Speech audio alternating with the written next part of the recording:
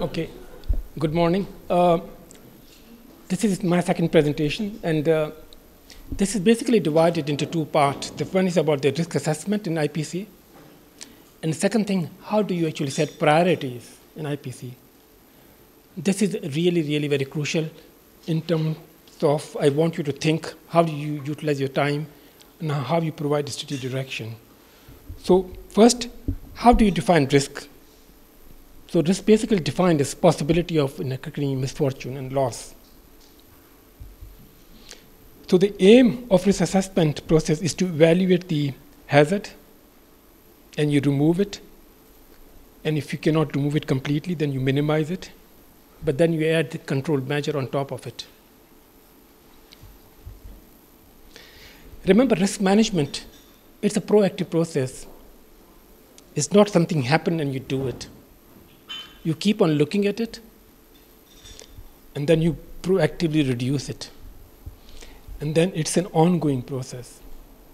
So you have to do two things. It's a proactive and ongoing are the two key words in this slide. And the approach in IPC are divided into four areas. So it could be biological risks from the microorganism. And the classical example over here will be laboratory safety, where we deal with a lot of microorganisms. It could be infectious or communicable diseases. Because remember, all infections are not communicable. But all communicable, so I think this is very important to make a distinction. Is it actually communicable or not? And of course, there is an infection acquired in the hospital. So there are three categories. Chemical disinfectant, classical example over here will be use of glutathione, which we have stopped. And then you've got hypochlorite, peracetic acid, all these new disinfectants which are coming into the market, which we don't know. And then you've got environment, which is basically failure of ventilation in CSSD or operating theater, or failure of ventilation in negative pressure room. So these are all environmental issues, and there are others as well. Now, when we are talking in Africa, it's very basic.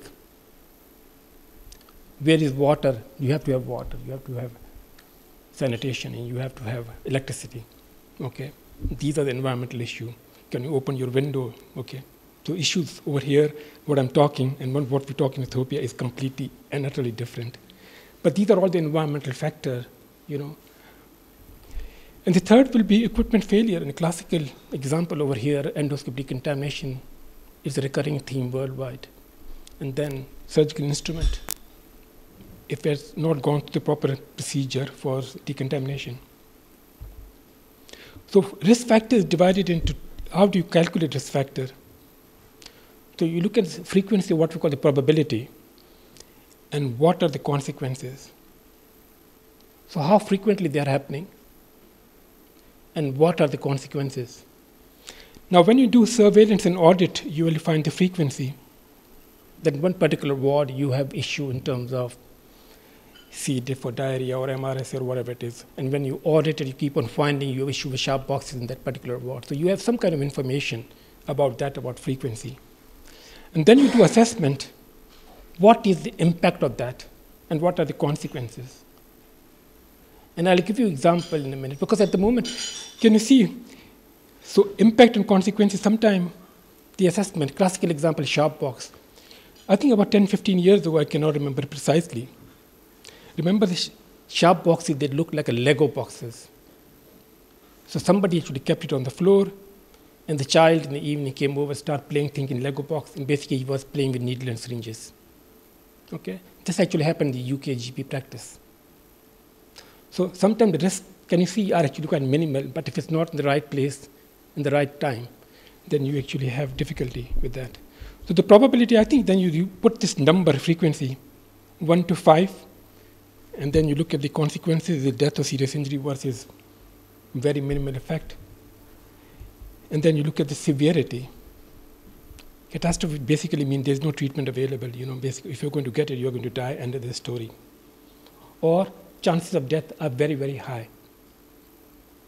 And then basically you create a grid, and you put those number,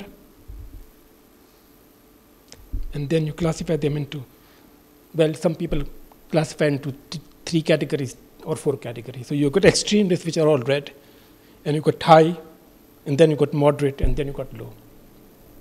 So remember, we're actually setting the priority. You're just focusing on this particular grid.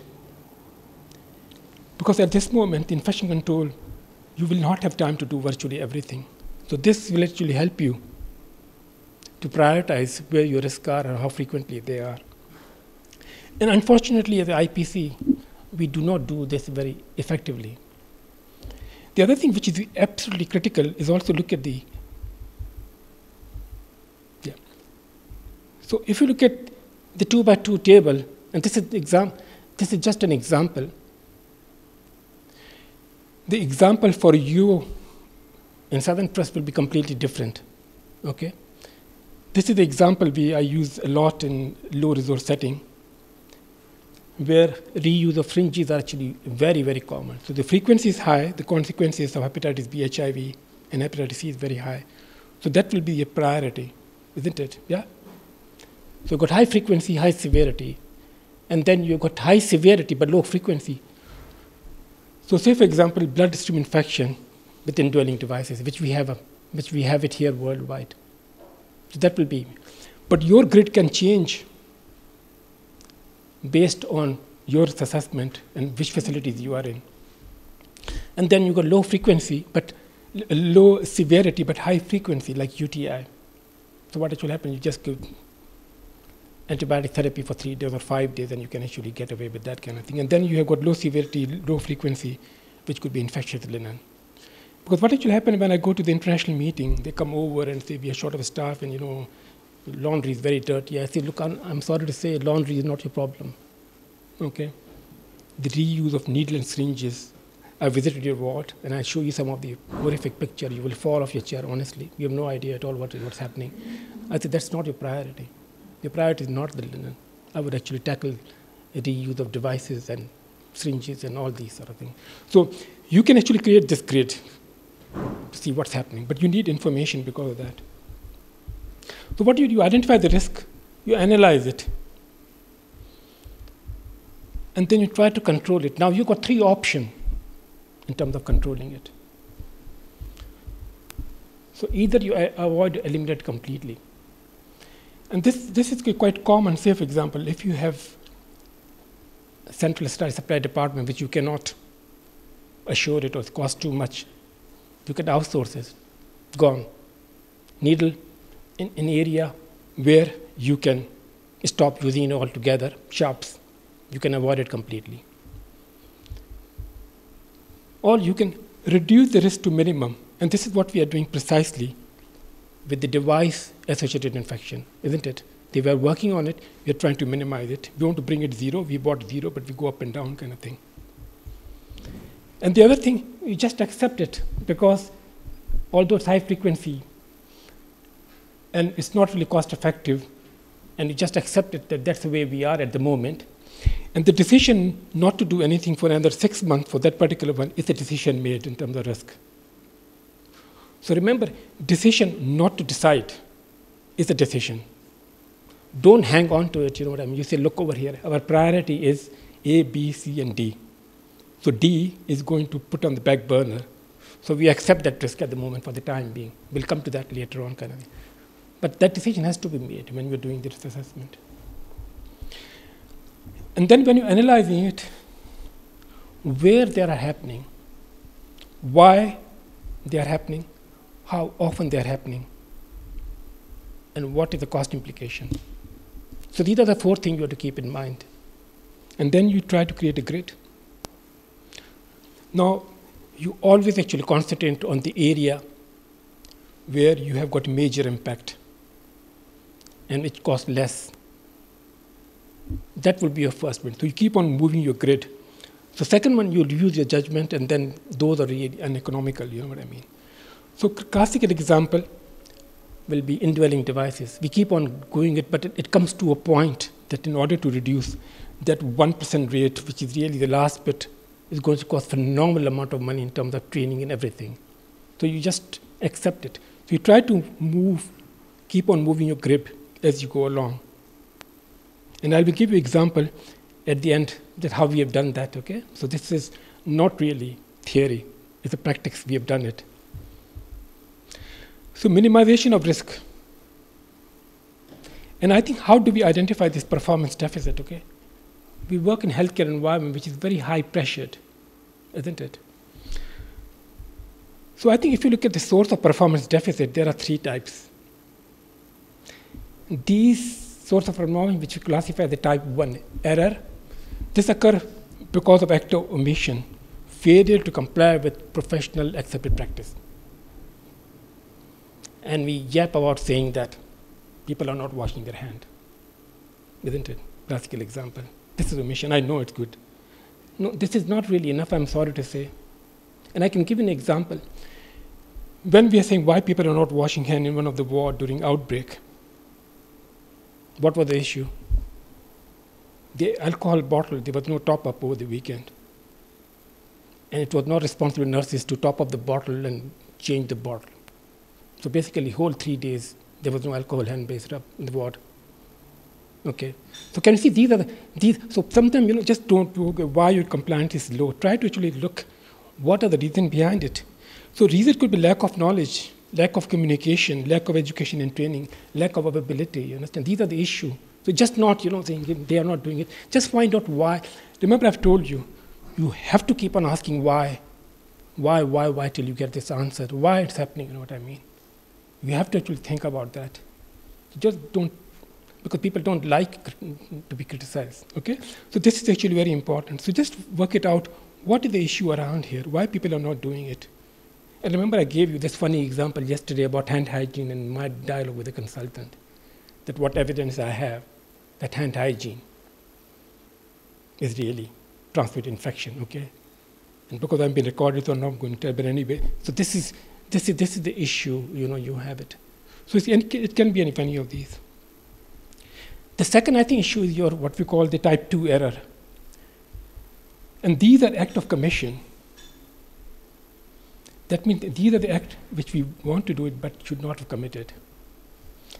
And over here, I think this is really very complex. So and this actually requires system change. So I think if you look at the management, there are 2 approaches. Should I actually blame you for not being perfect? And if you do that, I'm telling you, as the IPC, you will not be popular. Or as a nurse or as a doctor, you will not be popular. It's a failure of system. So I think there are 2 approaches. So when you do this root cause analysis, what you're looking. X doctor did not prescribe antibiotic in the right time. Or he did that, pharmacy did not deliver the antibiotic after 8 hours. Why? Okay, you never asked that. The patient was not isolated within 2 hours, for example. Did you ask why? So I think over here, when we are doing the root cause analysis, you look at this individual error and you blame individual and you try to punish it, you know what I mean? And you say, oh, you need training, you need this kind of thing. And this is what happening in the profession at the moment, especially in medical profession, nursing. That's why doctors are actually completely disgruntled with this sort of thing. It's all blame culture. The problem is your system. So you try to actually minimize your system to work and give them the environment system and they work comfortably. They will still make error, okay, because we are all human. They still make error, but how do you minimize? By system change is the key delivery. So unless you look at system as an IPC, I'm telling you, you're doomed to fail. You are.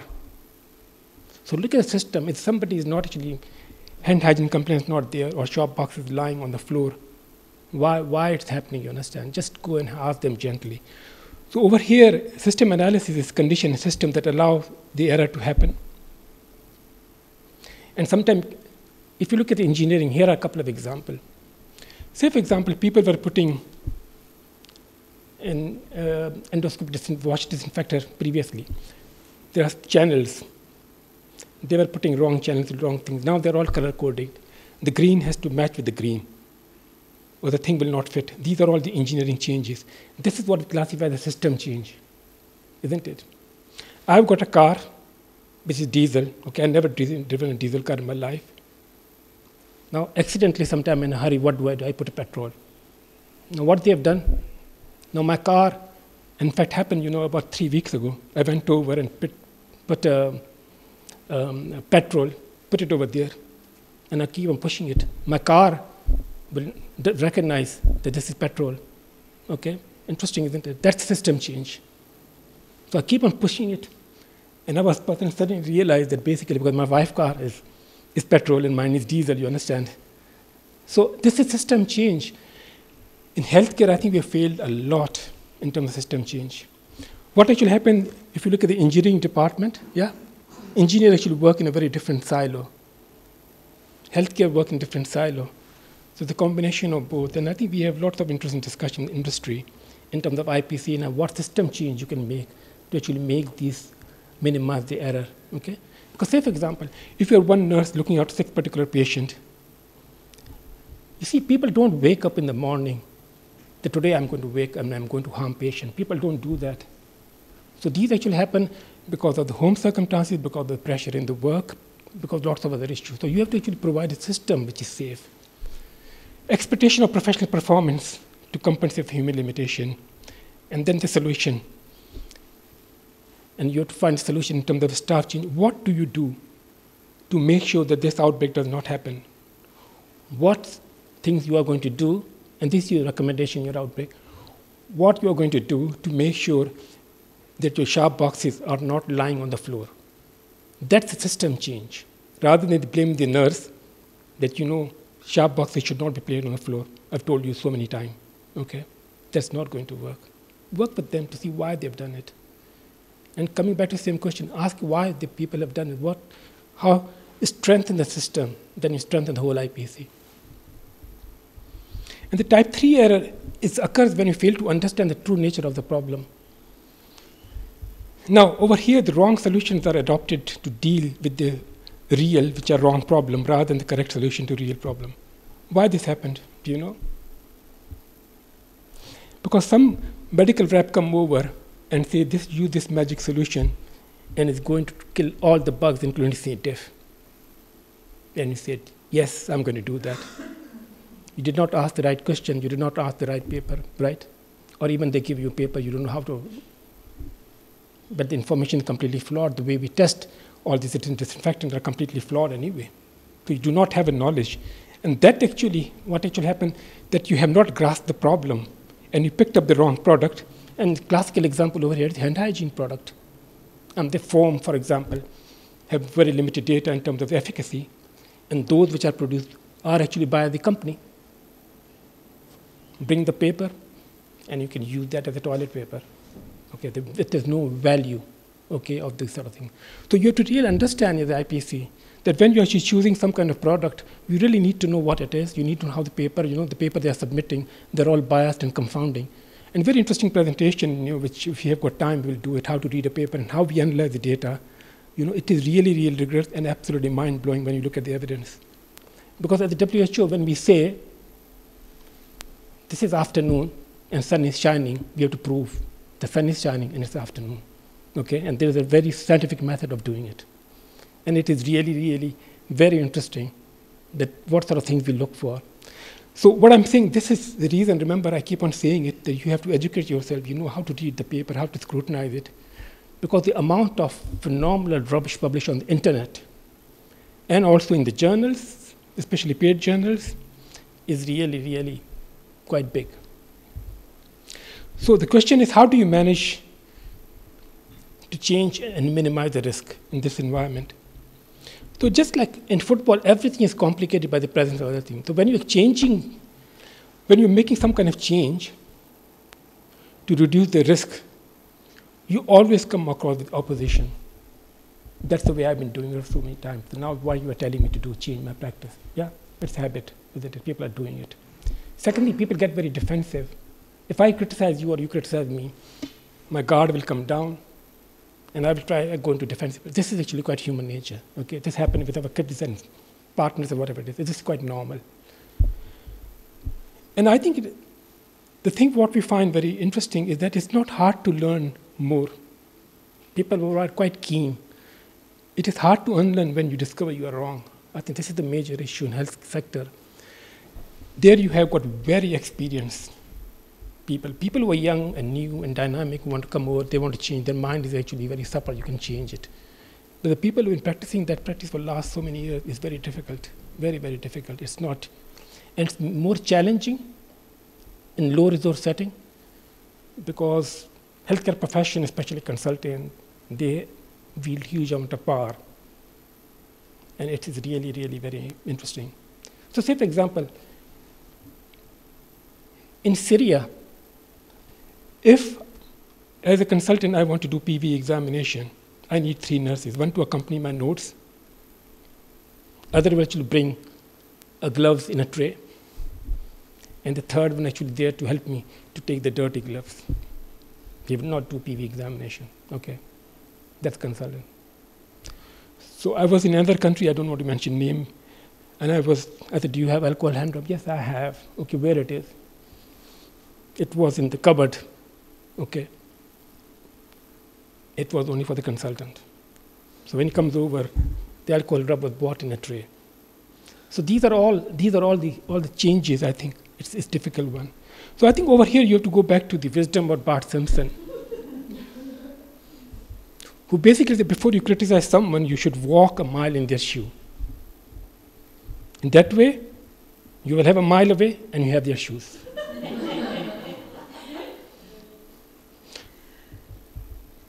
So first part is finished, and now I'm going to tell you how do we really prioritize the task in IPC. Remember, IPC is just like a big elephant. Okay? So answer is, can you eat it? My answer is yes, you can. But only in bite-sized chunk. And this prioritization is all about that. Can you see the first part of the presentation was about that? Do we do it? No, we don't. Worldwide, we don't do it. And I'll tell you what we have done in the Southern Trust, okay? I'm going to give you some examples. So remember, you got all this. You are lost in activity, you understand? You're working headless chicken. I've got so many things to do. What are you doing? I mean, did you actually went back in home and decided, was it worthwhile? Was it useful? Question everything what you're doing. So I think setting goal and priority, and I love this one because Lewis Carroll, this is one of the most philosophical book written, okay, it's for the kids. So over here, you know, when Alice asked, which road do I take to the cat, okay? Where do you want to go? And the cat basically, and Alice actually said basically, this is Alice in the Wonderland, I really don't know. The cat said, it does not really matter if you don't know where you're going. Any road will get you. So what I'm saying that if you don't set your compass or direction, which direction you have to travel, okay, we are running, but we don't know where we want to go. And this is what they're saying. It doesn't really matter where you want to go. I don't know where I want to go, but then you can take any road. You are just lost in activity. You will not get there because you have not focused your mind. You have not set your compass. You have not set your direction of travel. So does your department have a plan?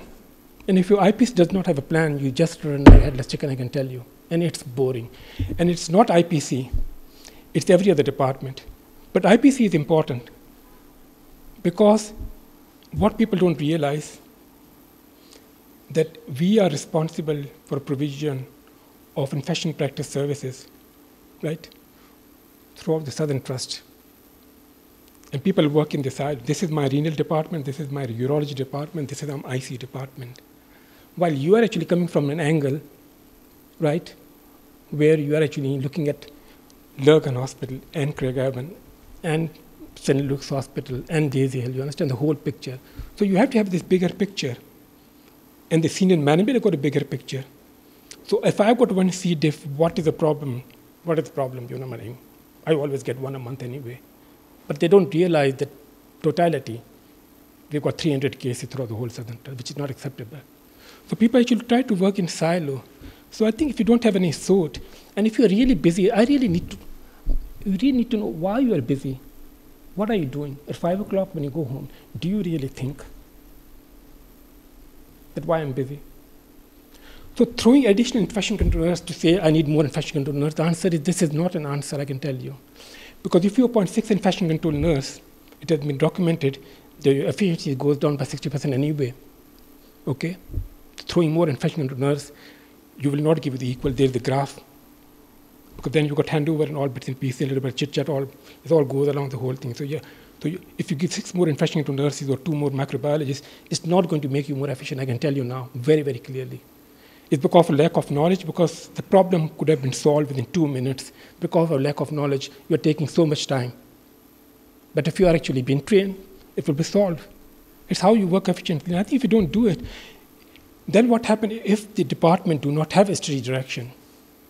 You are just bored, you know what I mean? It's the same thing you are doing, you know what I mean? You have visited the True North. Why you visited? You have no idea at all. God, I have to go, you know what I mean? I have to cover the damn thing. So it's just, you go into this kind of rut. You have no purpose why you're going there.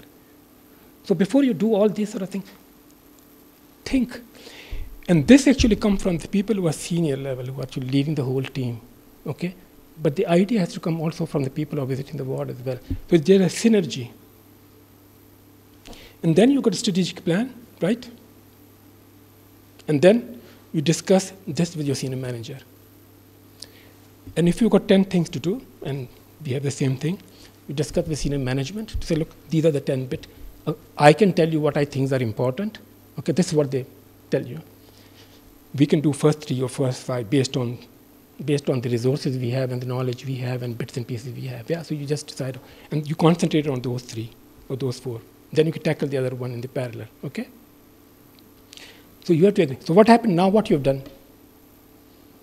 The risk is shared now, isn't it? You are no longer anxious. You don't need Valium and vodka in the evening, you understand? Because you have shared it. And you have shared it with senior management, and they've agreed. That's the plan. And we are going to run away with that. And you concentrate on that kind of thing. So I think this is very important. So even when you're taking new staff, make sure they are enthused, you understand? They've got a very clear sense of direction. They are educated, and this is part of the whole thing. And if you do that, I'm not talking about IPC, I'm talking about any department, go and look at it. It's just those things which are actually important. So I think I want to do a little bit of exercise to have a break. So now what you have, you've got tasks which are not urgent and urgent, and you've got important and non-important, and this is the grid. Which one would you go first?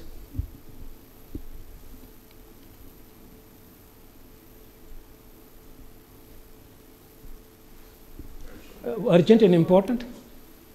Raise your hand for, okay, raise your hand for the first one, urgent and important. So got 1, 2, 3. So these are the tasks which are urgent and important, okay? So that's the number 1 priority, then second priority. So number 1 will be urgent and important. So how many you have? You got 1, 2, 3, 4, 5, 6, 7, 8. Okay, all of them. Okay, okay, interesting, isn't it? Okay. So this is total disagreement with me, okay? Okay, not urgent but important will be, okay. So there's only 1 and there's a 2. Okay, two of them they should know. And then you got non-urgent, non-important, and non-urgent. Okay, so these are 3 and 4. Okay, so this is really 4 because they are not urgent and they are not important. So that grid will be 4, yeah? The answer to your question is, this is what you have said. And that's what everybody said, and this is completely wrong. This is it. Why? See, what actually happened, okay, it's just like your car. You know when you start your car in the morning, it doesn't start. But after 2 or 3, it starts. So you actually drive to work, and it's fine, okay? So you know the task is important, which is basically to fix the car, but you are late, okay? So you're rushing. And then one day what happened, very important meeting with senior management, and the car would not stop. So the idea is actually that getting the car, to fix the car was important, but not urgent, and you didn't do that, and therefore you land up in number 2. Because now suddenly, bring things, I need to this sort of thing, I want to have a taxi, you throw temp and trend, you do all bits and pieces, yeah? So remember, in infection control, the tasks which are important, which is strategic direction, if you do those one, then you don't have to worry about the urgent and important, because these are outbreaks. This is firefighting. So if you're talking fire prevention. So That's what it is. And this is the responsibility of senior manager, to actually sit very clearly, is set priority, is direction, so you do not have these outbreaks or any issue which are happening in the first place. But if you look at our life, it's all reactive, isn't it? It's not proactive. Car services we delay. If you look at your life, and this is, I'm talking about my own life, we try to actually delay things, try to procrastinate. We know it's important, but not really urgent kind of thing, and that's suddenly the car breakdown. So this is what it is. Okay, so this is fire prevention, and this is firefighting. So you have to make this clear distinction. So what actually happened, the senior manager, switch off your mobile phone, have a cup of coffee, write down your priorities based on all the information you have, and you give it to your team that these are my first 3 priorities, I can tackle it, or 2 priority, or 1 priority. Agree with the senior management, and off you go. And I can tell you that the grid, one which is urgent and important, will you eliminate it? No, you will not. You try to minimize it. Okay? So that's the whole idea. But I can tell you if you do that, and I'm going to give you example, Southern Trust, what I did, so then you will see it. Okay, so now I think this is my favorite person. Have you heard about Pareto principle? No. And go and look at your life, okay, based on this particular principle. This is really, really very clever. So this guy was basically a 19th century economist, and he discovered 80-20 principle while we're studying distribution of wealth in Italy. And what he basically found, that 80% of the wealth in Italy was actually held by 20% of the people. Now, if you look at the global picture at the moment, it's true, isn't it? I mean, look at all the big firms and big people, okay? There are something like, there are 2 or 3 digit people who actually own the whole world, okay? So, you've got 80-20 principle. And then what happened? He was very curious to find out what happened in the other part of the area as well in the life. So he discovered that the relation between 80-20 being attributed not only to the cause and applied to many situations in economics. Okay, so look at your car. 80% of the car is used in the front seat where you are sitting, yeah, or the front seat, and that's all back most of the time is empty. We don't have kids, you know what I mean? We may take it over the weekend. Go and look at your home. 80% of the time you're using only 20% of the room, which will be your TV, your dining, or whatever it is, okay? Bedroom, night time, whatever it is. But look at the whole thing. Go and assess the situation. This is so true to everything what you do in life is 80-20. So it could be 15-75, whatever it is, you know what I mean? But 80-20 is the simple principle we remember. So what actually happened, what they are saying, look, in your life, you have to focus on vital, which are few, and forget about this trivial too many. So remember when this nurse came to me in Africa saying that I've got a problem with linen, she was actually focusing on this trivial few out of 20%, yeah? And I was actually bringing her back to the vital few. I said, look, your problem at the moment is to control this one first. That will not be a problem. So here, I said, why you got a problem with the linen laundry? I mean, you know what she said? Water is not available. Now, that means you have to put a borehole. You know, it's not going to happen. But see what you're doing now, that you can control it, isn't it? So sometimes can you see the solution can be very uneconomical and you know what I mean, not feasible. You can't do it overnight. But the things which are there, which you can do it, try to do something. So this is 80% of the task. And unfortunately, in life, our life is just like headless chicken. Our activity are lost 80% in achieving only 20% of the task. Look at your 9 to 8. I can tell you, go and look at it. Keep a diary of every half an hour what you do. Okay, because I've done it. Okay, and this is what you find. So try to pick up the low-hanging fruit. Don't try to reach the one which you can't. And there are lots and lots of low-hanging fruit. But you will find it only if you do strategic planning and priority setting. Think about it in your life, yeah. You see, like Emma, say, for example, she's a doctor. I mean, she's a doctor only because of today, but she has got 5 years of training, and you're a nurse. Is it only you done something yesterday? No. It was the planning you did it, yeah, at the early stage to get the right grade, to get into right nursing school, you understand. You have set the compass, but the compass is not there You could be anything, or you could be anything, you know what I mean? So it's not actually true of any profession, but even to children, you have to give them direction, what they want to do. They can't make up their mind. So you actually help them to make up their mind, what information they need kind of thing. But they need a direction. I can think you can achieve anything in life if you actually set your direction and set your compass, you can do it. And we miserably fail in health service worldwide. So I think, so these are the three key messages I want to give you. That identify the infection which are preventable. Target the preventable and high priority. Okay, narrow it down further, which require minimum resources and maximum benefit. It's 80-20 rule. Now, you say, this is all here, say, and you know, I can, okay, this is what I did, okay? So here, so can you see our so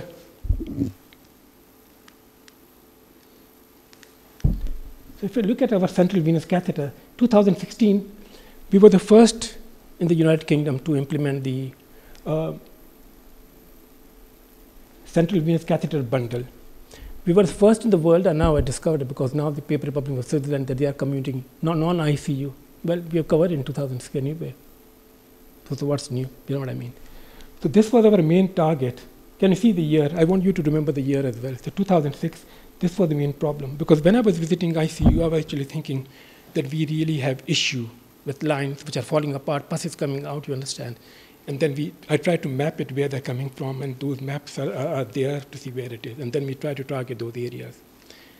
And can you see, we went to this bumpy area, up and down, up and down. And then you got this period, can you see? No central line infection, we virtually achieved 0. So remember, I was looking at 80-20. I was looking at 80% reduction. That was my target. Because I set the target the first 6 months, to be honest with you, was only 50%. But I have achieved more. Within the first 6 months, it went up and down kind of thing. And then you can see that we could still blip around here. So now this is, don't you think so? This is the NIST benchmark. This is American benchmark, 3.3 per thousand. That's the gold standard. I think as an IPC professional, as a medical professional, we should be ashamed of these targets, the baseline. Because if you are above the target, and I have got lots of discussion in America, and I say, look over here, why are you just setting these are the gold standard? I mean, why anybody even get the infection which are preventable? So can you see we achieve 0? But over there, if you achieve what happened? If you achieve 3.3%, what will happen? You are happy, you know, we are with the national level. No, I'm sorry to say I want to go one step beyond it. So if you don't set your target high, you will not achieve it. You have no comfort zone. You keep at it, and you can reduce it. But if you keep your target high, if you achieve it over here, if your target set over here, you will achieve it over here. You are happy kind of thing. You know what I mean? So it's that medium. So try to actually don't have. You see, look, when you actually go to an airline, do they actually give you a list that airline British Airways got 5% crash rate, and Ethiopian have 30% crash rate, and you know Afghanistan Airlines got 40%, and you based on that you actually make a decision. This was what happened in America. You know, this has got low infection and low this one, therefore I will go to this one, because people expect, okay, but they don't do it. So what happened? They actually control the process. That before the plane flies, yeah, they make sure all the bits and pieces are all there. Before the plane flies, the pressure is okay and all bits and pieces okay. And they tick boxes. We introduced the same concept in healthcare. So why doesn't it work? Do you know why it doesn't work? So we've got tick boxes exactly which we have taken from the airline industry. But in health service, it's not very successful, the checklist. Because the reason is, if I'm a pilot, and if I actually just tick the box just for sake of ticking the box without actually doing it, my life is doomed. I'm done. Okay, I've got a skin in the game, you know, as Taleb call it. But when in healthcare sector, you got all the form filling, keep walking, ticking the boxes, you know what I mean? Because today, Elizabeth is going to come over and do an audit, you know what I mean? I'm absolutely terrified in my board, so I'm just going to tick box all the things, you know what I mean? So it's all these issues, you know, you have to remember why tick boxes does not work. that people keep on ticking boxes. And I'm going to show you some of the very interesting examples in a minute, Okay, so then what happened? So can you see our target was that because patient, you see bacteremia, patient with central line was not acceptable. Can you see we were really, forget about the baseline, we were really in deep doo-doo, okay, on that time. So then while we were actually doing that, can you look at the number 2006? This is where we started. So we were okay kind of thing, we were average kind of thing. Can you see what happened suddenly around here? And then we put all our effort into controlling this. So can you see the dip is down and sustained, 2013. I don't know what the figures are now. Now, so what actually happened is that we reduced C. diff. So look at the high-risk antibiotic and look at the reduction. So these are all the high-risk antibiotics, the red dot, and look at the number of C. diff. So this was actually compounded with two things, IPC practices along with antibiotic stewardship. Two things combined together. Look at the amount of money we have saved. Okay, 150,000 pounds was our monthly cost for antibiotic. So when I started doing the ward round, it was 80,000. So can you see, I actually sat over literally to see what are my priorities. So first I tackled the central line. C. diff was, of course, a big issue, for us. So this is, can you see, our pre-intervention. 14 IV candle-related bacteremia. Not acceptable, isn't it? Yeah. Then we actually tried to intervene around here. Can you see, we reduced it, and then suddenly you got arrival a new doctor. And then we have to train them. So by the time we trained it, you know what I mean? 7. And can you see, once we train it, went to 2, 14 to 2, 90% reduction, 80-20 rule. So I've shown you 80-20 rule on MRSA, MSSA, central venous catheter, yeah, antibiotic stewardship, and C. diff. So if you look at this slide, so we used to have 16 MRSA bacteremia in 2008-9, down to 1. And then we got team came from Russia, Malta, and Croatia. You know what? When I go to the conference, my photos and names are all there. When they've been back and implement the same thing what we have done, they have achieved 0 rate. All of them. So when I go, they trust us and trust on me and all the bits and pieces. And we got photograph of the Barbara, training how to do this one. You remember they were there, the Maltese team were there. They virtually achieved 0 rate from device-associated infection. So can you see, you can do it, you know what I mean? Can you see MSS bacteremia? Difficult to control. Why? Because 30% people carry it. But see the reduction. So, remember, now, 2013, I don't know the figure now, sustainability is an issue. Remember, improvement is a process, not an event. So you think it was easy for me to sustain things? No. I was at them all the time. Right? Looking at the figure, looking at bits and pieces, looking at the improvements, and the team was there all the time. So we will keep on still doing. So remember, this is not, so you just don't go and do one thing and just back off. No. You have to sustain it because the health service is dynamic. People are changing all the time. They have different practices, you know what I mean, all the bits and pieces. But you have to keep at it. Now, when you show this figure to a senior manager or a medical manager, you are done. You have sold yourself, isn't it? They look, these are good practices. So we were actually sending this information on a weekly basis, and it was a very traumatic period for me. It was not easy task, what we did kind of thing. But we sold it, because now the clinicians and the nurses say, yes, I'm going to do it. You know what? This is really good data. Why? Because as a medical profession, you really don't want to harm anyone, isn't it? But now you've got data that if you are doing washing your hand and using aseptic technique, you can really reduce it, isn't it? But they need to be convinced.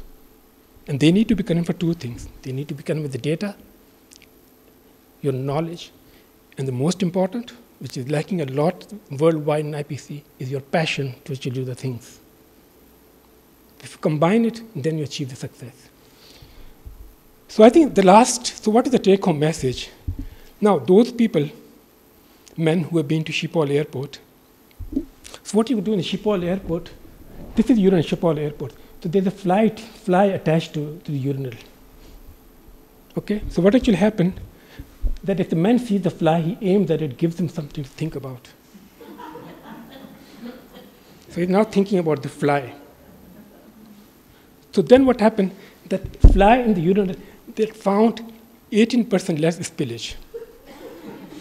This is anti-20 rule. So 80% suddenly, the spillage, so they have to actually get rid of few cleaner as well because there was no spillage, you know what I mean? Because as a man, you know, we don't target things, we don't think, you know, we are thinking everywhere, you know what I mean?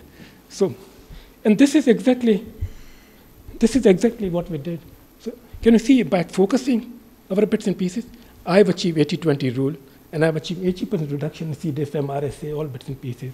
So the idea basically is the take-home message, do strategic planning, set priority, focus on target, and execute. So that's really the take-home message from the urinal and from my presentation. Okay, thank you very much.